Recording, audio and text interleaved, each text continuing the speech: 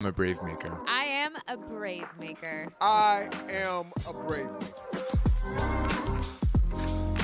BraveMaker is always about taking big risks, going after those big dreams, and not letting anybody tell you no, that you can't do it. BraveMaker to me means courageous voices, diverse voices, standing up for what means something to you. BraveMaker means to show up in your authentic self and telling the stories that you feel will resonate with other people. Really just showing up as your true self in the world. It was a film screening, but also it was a healing opportunity and journey. So really honored to have been a part of that.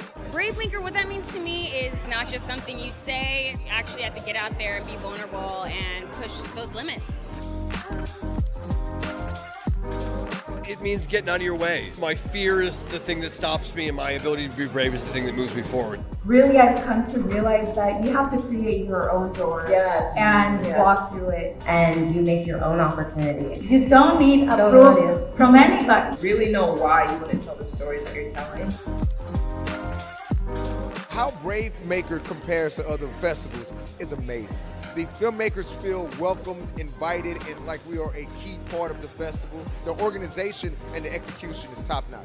It's been amazing to watch the community here. It's been amazing to watch how everybody seems to want to interact with each other. You can really feel that here. This is an incredible community. Take your risk, and if it doesn't work out at the moment, it wasn't meant to be, build up your career and ask again, ask again, ask again.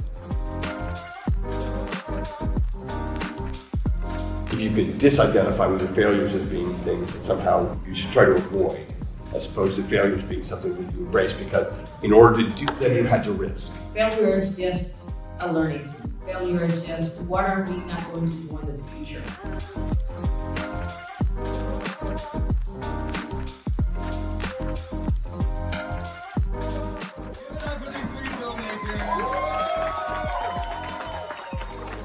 Push through every freaking obstacle. If I quit, then who? I do this because I need it, and I do this because I think everybody else will benefit from it.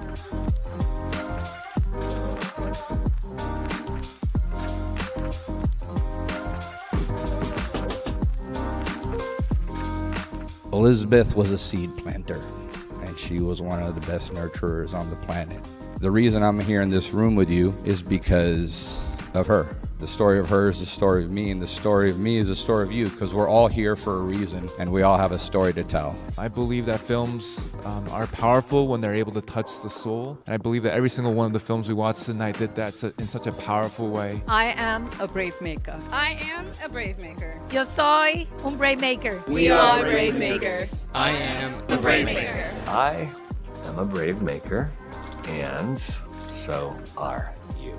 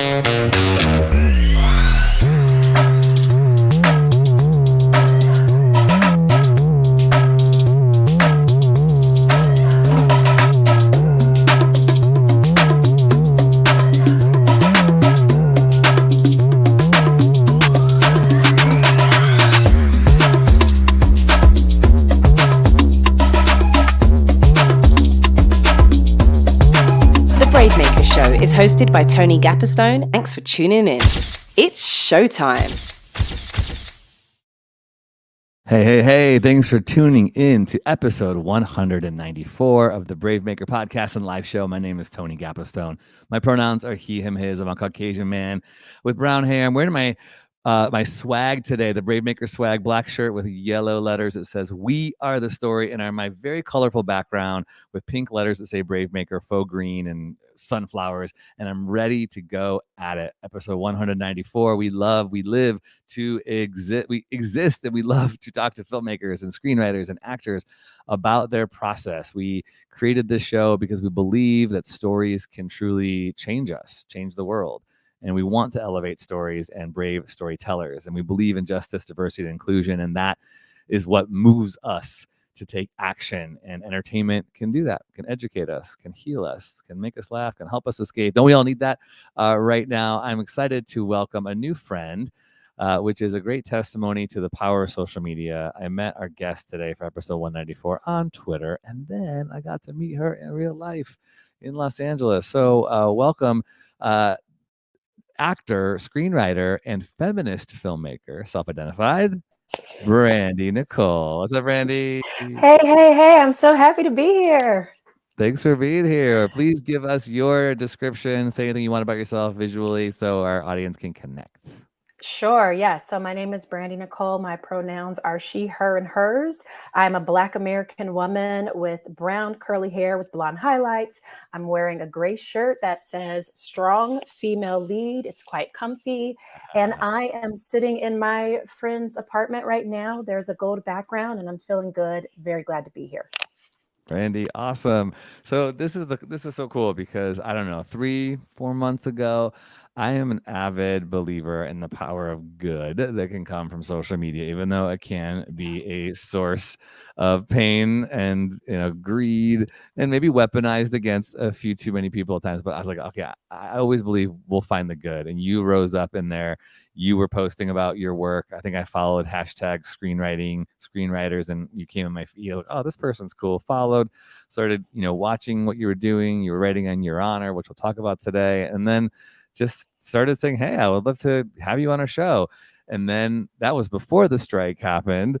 And then and then we had a schedule, and then we moved it back because of the strike. And then I came down to LA and we saw each other in real life. I'm like, this is so cool. So yeah, I love moments like this. So let's first just jump back for your origin story. How did it come to be for you? How did it come to be? Yes. That's a great question.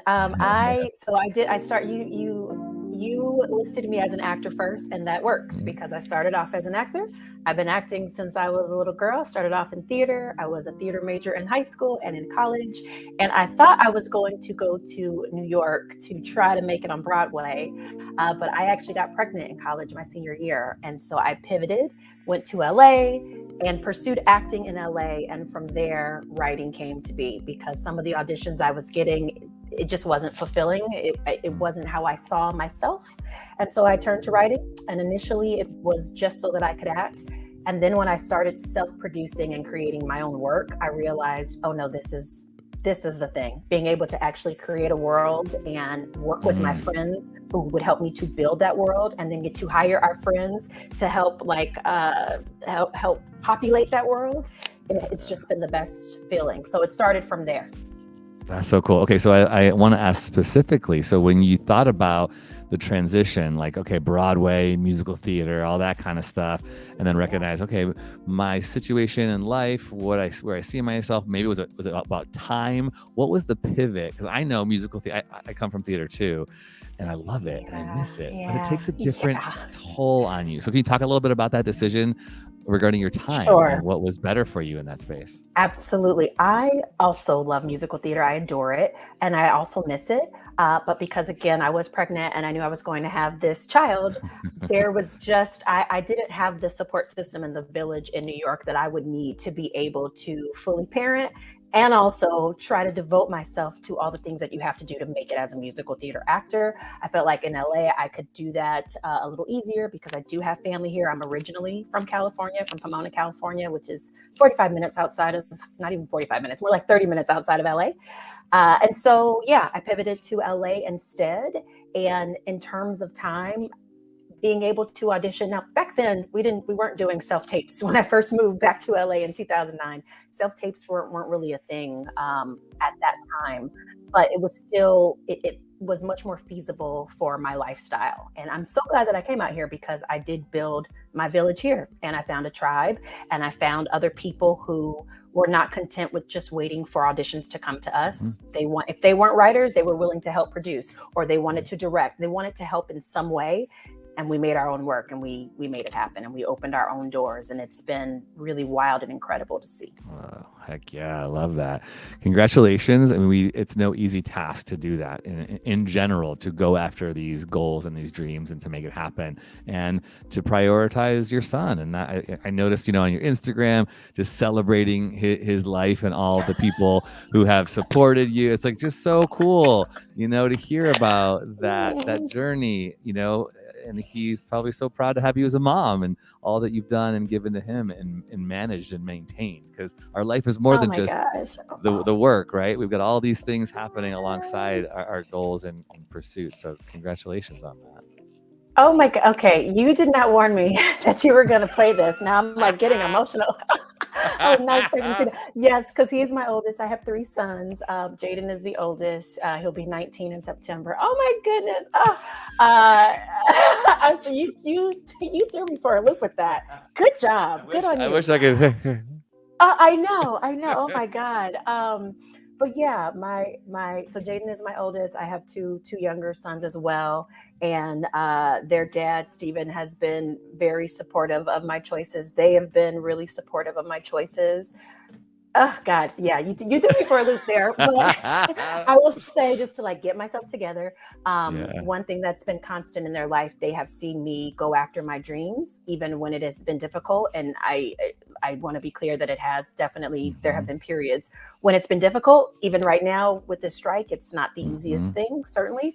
But I am trying to teach my kids that if you do have a dream, you go for it. There will be challenges, there will be obstacles, but you find your team, you make a plan. Oh yes, there they are, Jaden, Stevie, and Daniel. You guys are the best. Oh my God. So if you're listening out there, that's right. You can do this. That's right. If you're listening right now, you can see all these beautiful faces on Brandi's Instagram at Creative LYB, Creatively B. All right. Creatively B for Creatively Brandi. And I just think it's really important for us to have that discussion about the juggle and the balance. And sometimes those words aren't the best description of it, but it's not easy, this life that we have chosen, this creative life. And just hearing you talk about pivoting from New York to Los Angeles and creating your own content and not waiting around, that's such a value that we have at BraveMaker. And I feel the same way, that I became a writer out of necessity. I love writing, didn't realize I did, but I did it because I felt like I needed to, because all actors have to want to work, and they don't always get to work. And in order to work, sometimes you have to create your own projects. You have to make it happen. So it sounds like that's what you did. So you found your tribe, your crew in LA, and you started just writing for yourself because you were acting at first. Talk about some of those early projects and what stands out in that for you. Yeah, I mean, the first one, the adage, write what you know. So the first thing I wrote was a web series that you cannot really find online now, but it was called Diary of a Wedding Planner. And that was because in a former life, I was a wedding planner. So I had stories to pull from that. And then from there, really the change was when I wrote a short film called Muted, and I produced it with my very good friend whose apartment I'm in right now, Tara Tomijevich. And it starred Chandra Wilson and Malcolm Jamal Warner, and it became a bigger thing than either of us expected it to be. And that was the first time that we really saw that, okay, something that we actually write and produce can turn into something bigger than what we initially set out for it to be. And it can be this wonderful thing if we put in the work. And so from there, that's sort of when the shift happened, where I don't actually have to write something that has anything to do with me as an actor. If I do, great, but I can also just create worlds that I'm interested in and that I'm fascinated by or that I'm curious by, and then we can take it from there and see what it turns into. And so after Muted, I wrote another short and I directed it. It was called Aloha, and it was about a woman who gives birth to a stillborn baby and still wants the world to recognize her as a mother and recognize this child for being her child. That was called Aloha. It was another wonderful experience. And then after that, I got into the HBO Writers Program. Very incredible experience. And that's where I really started focusing on TV writing. Can you talk about getting into that program? Was it like one of those typical like lab fellowship kind of things? You apply, you have a certain window, you got to, provide samples. What was that like for you? Sure. Yes, it's exactly that. This was my second time applying. First time I did not get in. First time, not only did I not get in, I didn't advance. I didn't do anything. So I took some classes, and after taking some classes, I invested in myself. Yes, I got into the HBO Access program, and it was a program, and it was funny because at that time I had moved to Atlanta, so I had to come back to LA for like 2 weeks in the summer. And we had these master classes every day with our cohorts and with industry executives and with upper level writers and showrunners. It was incredible. And through that program, each of us had to write a pilot of some kind. And once you finished the program, then you were sort of introduced to the industry, had a ton of journals, and went from there. People come on the show, and we have had a few people who have had these, opportunities to get in or get access. And sometimes that we hear positive things, and sometimes we hear nothing happened, or it didn't move the needle, or it was very, small for what it could do for me. What would you say for you the access was like, and kind of what the reality as you're now a few years out of it? That's an excellent question, because I thought that was going to be my break-in moment. Yeah. I really did think so. But as you saw from that picture, that was in 2017. And here we are in 2023. It took, most of my cohorts did not get staffed immediately. I think 2 people got staffed immediately. And for the rest of us, it was a journey. So it did help me to get my manager, and it did help me to get a lot of general meetings. And it did put me in touch. One of those general meetings led to me working with a production company who helped me with the treatment, which got me into the guild. So it's one of those things where like one step builds on another, like a ladder. So it was that, but it was not, I don't know. I think for me and for most of my friends in this industry, there's not one thing that like busts everything open the way you sort of think that it will, but it did open up other doors. I'm always interested in this part of the finding sustainability, and I feel as if I'm still doing it. I often say I'm living my dream. I get to do film and write and produce, but I'm also working other jobs, to keep my family afloat and to pay the rent and bills. And so I wonder, because these labs or these fellowships or these programs, they're not paying. Sometimes you get a stipend, right? But I think it's really important to clarify that, because some people, they think, oh, I got a program, or I'm applying for this thing, and it's gonna, be like a job. It's really not that. It's kind of like a side hustle or a program or taking classes, right?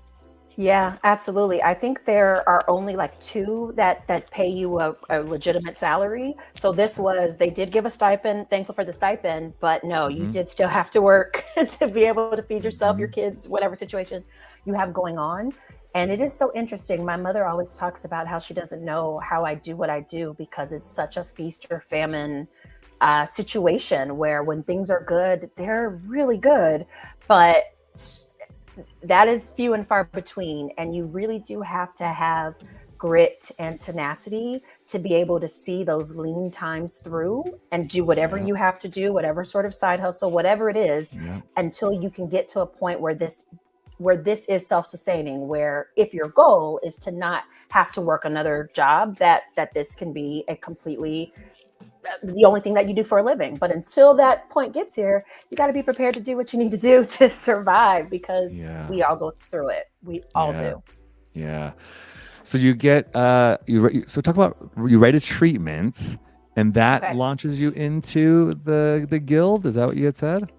Yes. So so I wrote this pilot in the HBO program called Eden, and I worked with this production company who helped me devise it actually as a feature film, wrote a treatment for that film, took it to BET, and we sold it to BET. And so though they unfortunately didn't make the film, I did get paid, and it got me into the guild. So I was still quite happy.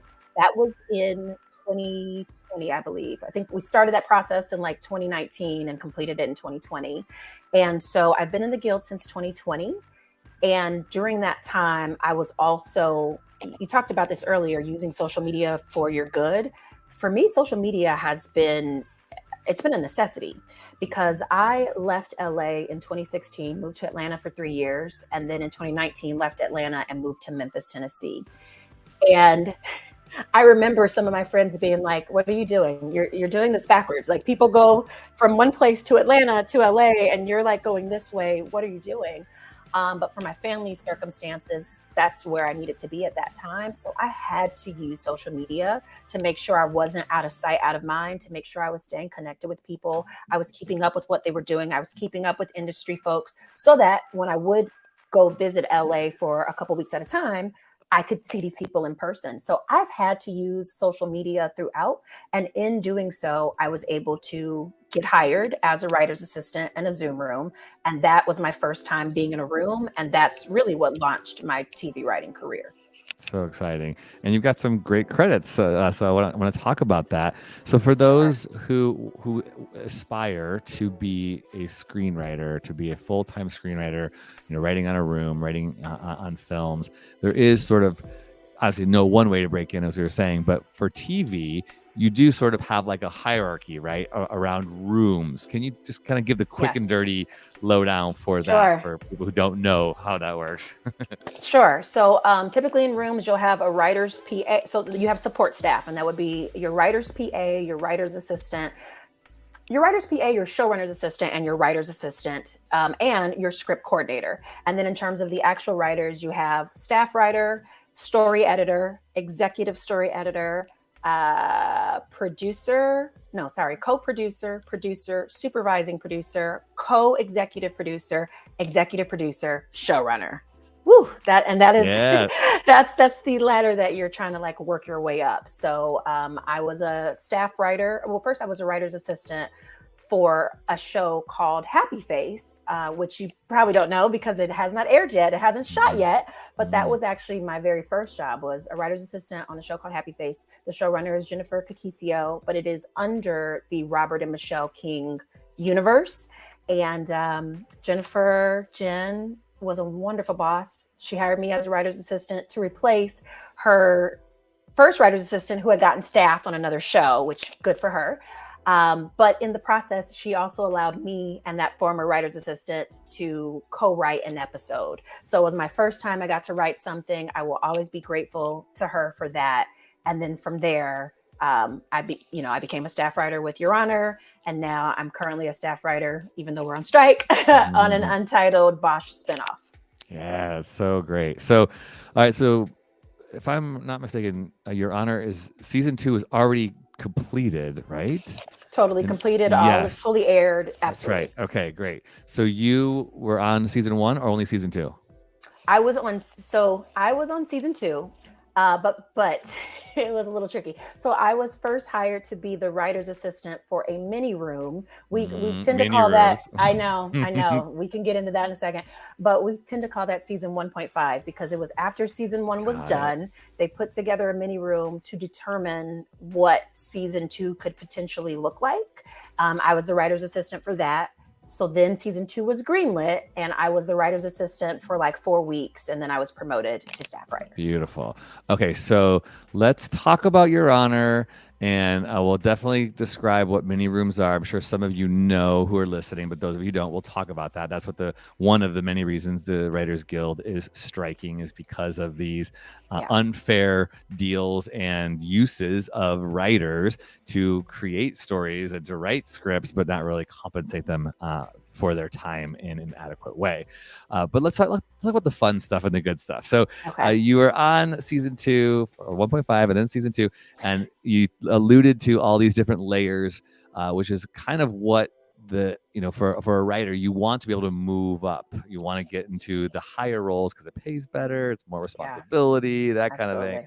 So for season 2, can you just talk about your experience and what you got your name on a couple episodes, right? I acted in 2 episodes and I wrote 1 episode. That's so cool. So you acted in 2, you wrote. That's like the dream. Okay. Yeah. So let's talk about that. And this was an in-person room, right?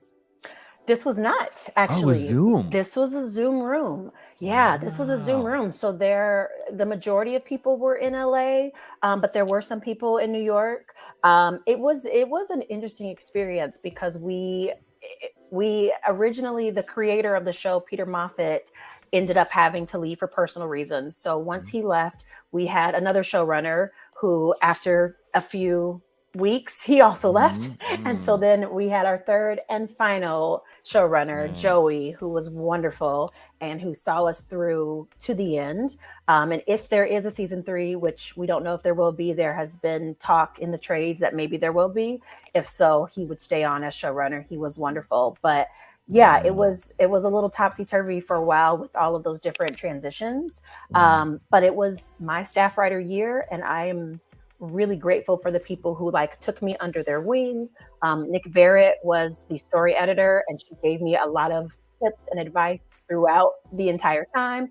And then Dwayne Dorian Jones, when it was my episode, he might be a co-EP. I'm not sure what his level was, but he's an upper level writer.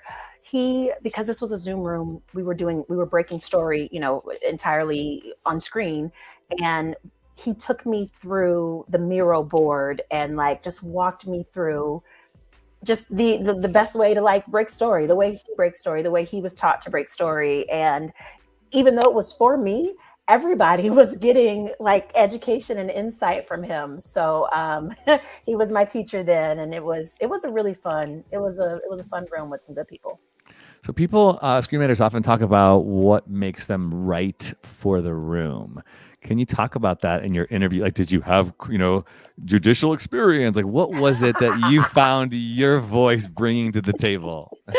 Yeah, that's a great question, because there are different writers are hired for different reasons. So I do know that like we did have some people who had legal experience. That was not me. That was not me. Not at all. What made me write for this particular room is I am very passionate when it comes to social justice issues, particularly as it pertains to Black people and Black people who have been previously incarcerated or family members, because I have family members who have been incarcerated. I have family members who are still incarcerated.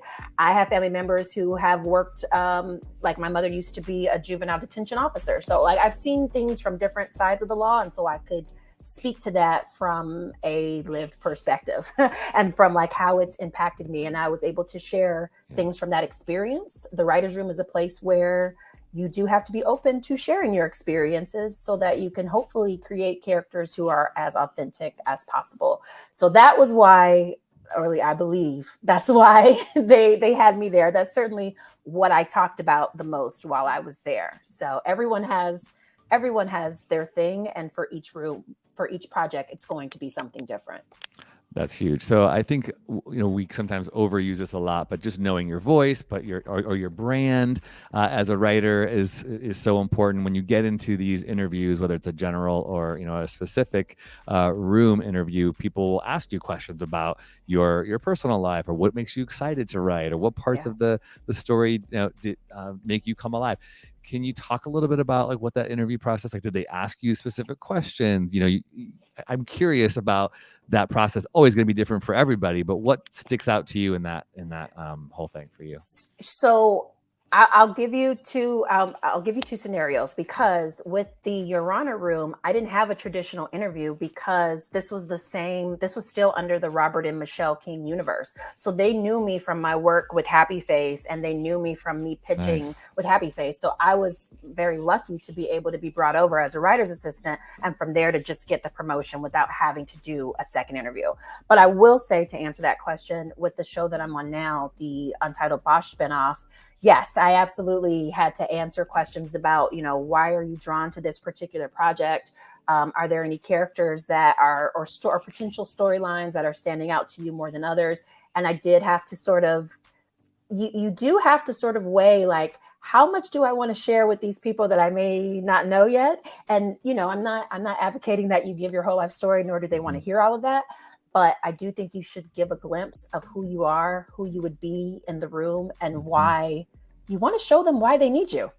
You want to show them why having you in that room is going to make that room better, or is going to make that room more interesting or more lively, or what it is. You want to give them a taste of what you're bringing to the table, however that may look. Cool.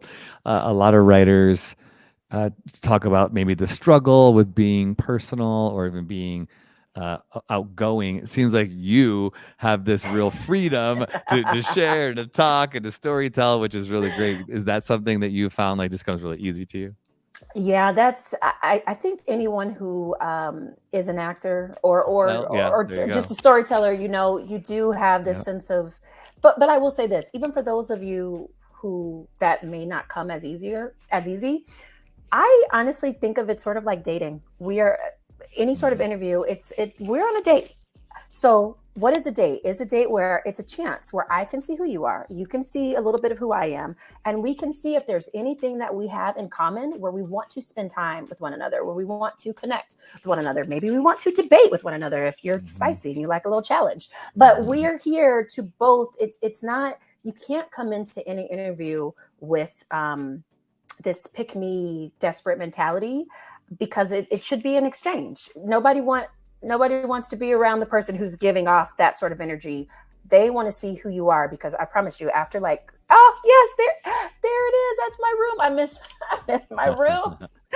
But yeah, after like, 5-6 hours, you get tired. The real you comes out if you've been hiding it. So it's just best to give them a taste of it right from the top, because I promise you guys are going to get to know each other very well, very quickly. So if you're listening, we are showing photos from Brandi's Instagram at CreativelyB. So check that out. And we just showed a photo of a bunch of diverse people around a table. These are the writer's room at the Untitled Bosch spinoff. You've got Post-it notes and drinks and laptops. And looks like a lot of creative things are happening there. I think the writer's room seems so exciting to me, like the collaboration of making something together. Oh. I love the writer's room so much. Like I've written 2 features, but I have to say for me, TV writing is where it's at. And it is because the process of building on one another, the process of, you come up with one thing and you may have not even a fully fleshed out idea, just a half of an idea. And then somebody can take that and what they can spin it out to. It's truly amazing to me, the amount of brain power and just the way, the alchemy. It's a place where there's a lot of alchemy happening. I love TV writing. You actually do way less writing than you would imagine when you're in a TV. You do a lot more talking and researching and breaking of story than anything else. That's so cool. It makes me think too about the reality of making movies or television in general. It's how much time really is spent in front of the camera compared to the stuff that's preparing and the pre-production and the post-production. You spend more time doing those things than actually the production of it. So you gotta like that, right? It's like, I've often found conversations around, you're an actor, so you know this, but when you're an actor too, figuring out what's the best medium for me as an actor. Is it theater? Is it film? Is it a one-person show? Is it cosplay?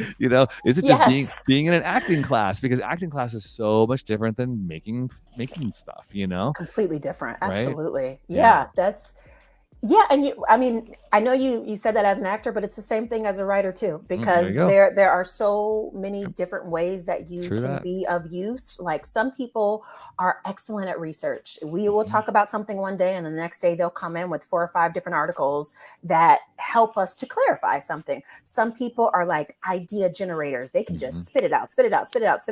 Some people are really quiet, but then when they speak, they have clarified their point and they have captivated us so much with just the one thing they've said that day. Some people are really good at, helping us to solve logic issues. It's just everyone has their own sort of superpower in the room. And it really is just about finding that fit and finding ways that you can add value, because your whole job on staff is to make your showrunner's job easier. I really like that too, for the self-confidence and awareness of who you are as a writer or as an actor, to be able to proclaim that. And that sounds like kind of a big word, but I think when you walk into these settings, it really is important and worthwhile to be able to say, this is what I'm good at. Because you can't be good at everything. And as I feel like creative people, we almost feel like I have to. And I know I'm not a great editor. I did a gig today day. And like, I want to direct and produce this. Do not make me, I can bring the camera and I can push, but I don't want to do that. I'll mess it up. So be really aware and put that foot forward in an intentional way, because you'll find your other collaborators, whether you're in a writer's room or just on a production crew. And I think I'm still getting over this sort of maybe trauma or shame around the fact that I'm not great at cinematography or I'm not a great editor. No, like you cannot be great at everything. You have to find out what you're good at, and then surround yourself with the other people, because that's what being a part of a team is, and a crew, right? That's exactly what it is. You not only can you not be good at everything, but there's somebody who loves cinematography. There's someone who they spend hours, researching it and finding the new tricks and like getting excited about that. They're passionate about that. So why would I spend my time trying to do what they can do easily and what they love? And instead, no, I'm going to spend my time where I am useful, where I can best serve the project and make this story come alive in the best way possible. That's great. That also makes me think about when you say serving the project, as writers, when we come up with ideas, I think this is also fun too. This has happened to me where I think, oh, this idea is definitely going to be a feature film. And then I'm writing it and I'm working it and I'm having people give me feedback on it. And then someone will say, it feels like it should be a short. It doesn't feel like it's a feature. Or have you thought about making this episodic? And you're like, oh yeah. So that's another part of I think the writing process too is it sounds cliche, but what does the story want to be? Because not every story is going to be a film or a TV. Right. Maybe your story needs to be a book, and maybe it needs to be a comic, right? Yes. Finding the right medium for the story you're trying to tell, the way that you're trying to tell it. Because I will say, like so many people, I watched Fleabag, both seasons, absolutely loved it. But I also just recently bought the One Woman play. I never got to see it, on stage. I wish I would have, but I got to read the script. And you can see the gem of the show. Like you can see gems, like the seed of what the show eventually became. But the script itself makes so much sense as a one-woman show. So that was, to me, it was just such a good illustration of like, in this moment, this is the shape of what this story should be. You have to know what that is. And if you can't see outside of yourself, then you have to surround yourself with people whose opinions you trust, who can help you to see what the story needs to be. Yeah, that's good. And trusted people. Sometimes you got to hear the hard stuff too, but people who you trust, who love you and want the best for you, will tell you the truth and guide you in that way, right? They absolutely will. Yes. Right. So I want to end with talking about the Writers Guild. Now I have on my phone, this is a picture of BRANDI and Adrian from BraveMaker. We went down and we were at the Pasadena Film Fest showing our short film of The Crossing Guard, but we went on the picket line. It was so cool because I had met BRANDI on Twitter. I said, I want to join you. And we met so many amazing people, and it felt so invigorating to be able to stand with the Writers Guild of America. I'm not in the WGA. I hope to be someday, but BraveMaker is with you and for you all, and believing that your words matter and deserve to be compensated well. So let's just talk about, where are you at? How are you feeling? It's like 5 weeks in now, going on six now. 6? Yeah, okay, so 6 weeks in. Now. Yeah. Well, first of all, thank you for coming. You came the day that my room met up. So you did get to meet some of the writers in my room. Yeah. And, I'm going to be honest, this is a scary moment right now, because now that we are in week 6, people have had to pay their mortgage or their rent and different bills without additional income coming in.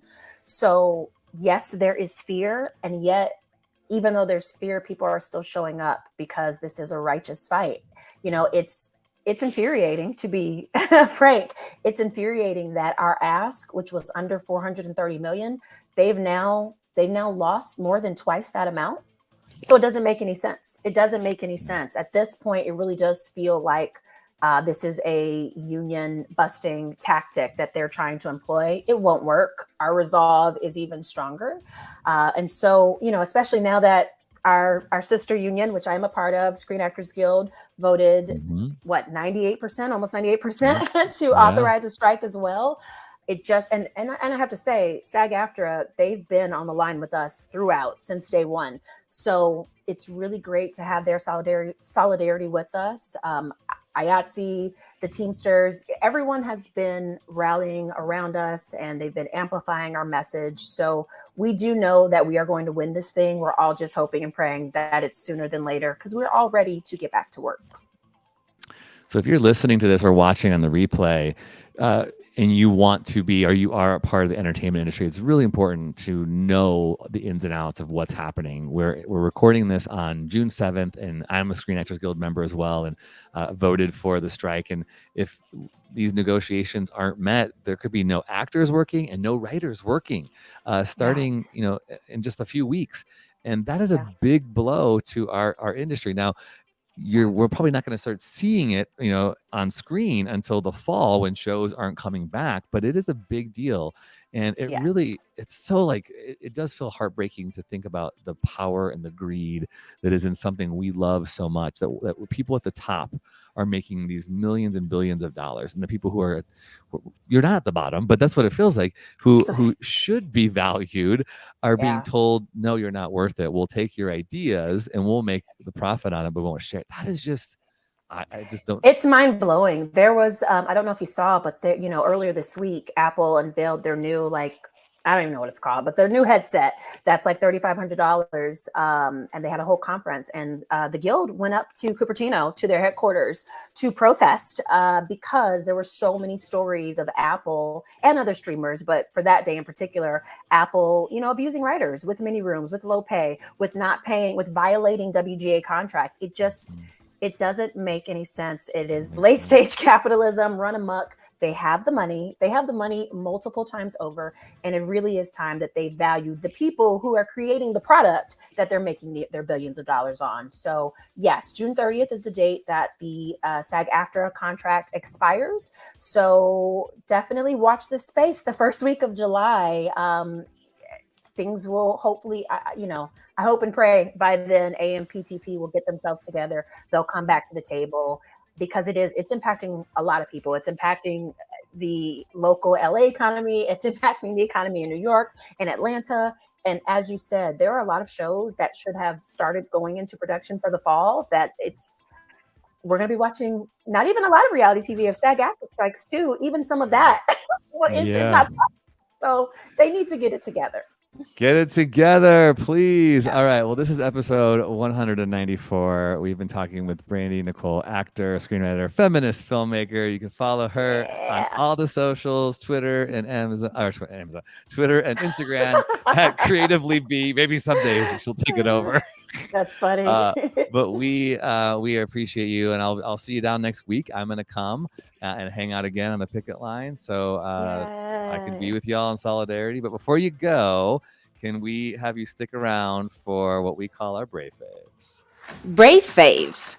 TV shows, films, books, songs, technology, clothing, podcast, food, and more. These are a few of our favorite people, places, and things. Brave Faves.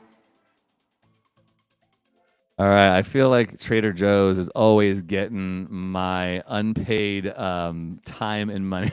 I pay them in groceries, and I then present you with what I think you should go and buy. So Trader Joe's, come and sponsor this show, because I am loving the mango margarita by Cutwater mango margarita, and I pair it with real mango juice in a glass. It is so delicious, and it's so cheap. You can go out, and have your little cocktail at home on a Friday or Saturday night and sleep well that night. So mango margarita with mango juice from Trader Joe's is my Brave Fave of the week. What you got, BRANDI? What's your Brave Fave of the week? First of all, I just want to second that because I just had that for the first time this week. Very, very good. My Brave Fave is the new Spider-Verse movie, which I think is Across the Spider-Verse. It is so good. It is so, so good. And I didn't think they could top the first one. And I know some people are like, well, they still like the first one slightly better than the second. Even if that's the case, it is fantastic. My boys have already gone to see it. I just went to see it myself. Literally every frame, I was blown away by the production value. It's one of those movies that I feel like I could probably see 3, 4, 5 times, and I'm going to get something new out of it because it's a visual feast for the eye. It truly is. It's a visual feast. The music, just like with the first one, the music is solid. I'm definitely downloading the soundtrack. It's really well done. It is incredible. It really is. Cross the spider. It's summertime. There's so many good movies. So if you're not on the picket line, go to see movies. Keep see it supporting. in a theater. See That's it right. in a theater. I saw it in the IMAX theater. It was fantastic. Love it. Keep supporting our makers. Keep sharing, and thank you. If you were inspired by this conversation, follow Creatively Be on Instagram and Twitter. Share this YouTube link with someone else who's emerging or aspiring to do the type of work that BRANDI is doing, and go after your dreams. Make it happen. Stop waiting for someone else to deliver you into your dream job and create that for yourself. BRANDI, don't go away.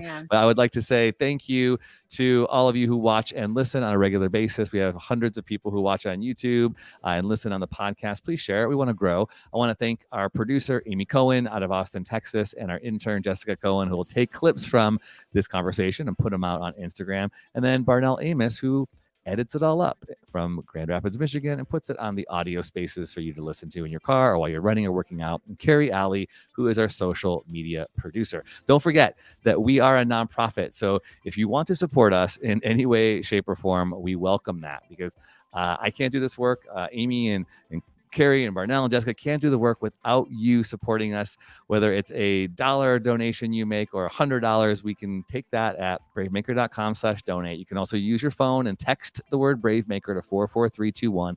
It supports this platform that we do our live streaming, our rent, our insurance, our gear, and our film festival is coming up July 13 to the 16 in Redwood City, California. 40 filmmakers and counting are coming to Redwood City. We have Nicole Levy of Netflix's show called The Recruit. She is a executive producer and screenwriter. We have Angela Harvey, who wrote on American Horror Stories and 100 plus episodes of Teen Wolf, and so many more people coming up from LA that you can talk to and mingle with and watch some really great films with really awesome, moving messages about justice, diversity, and inclusion. So do not miss it. Tickets are on sale now, BraveMaker.com.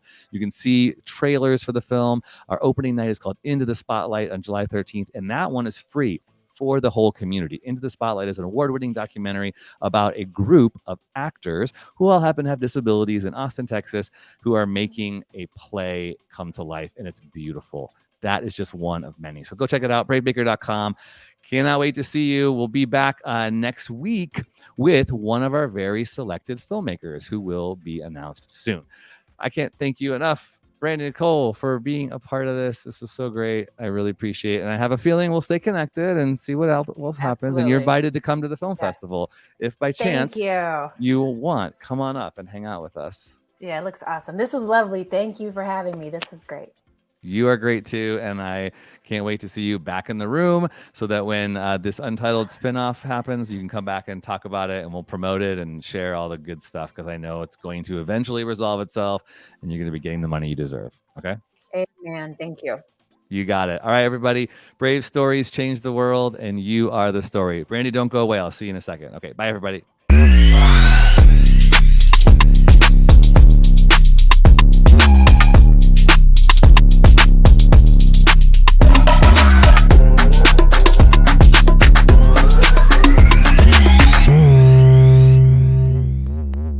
Follow us on Instagram, Twitter, YouTube, and Facebook at BraveMaker.org. Like, subscribe, and share.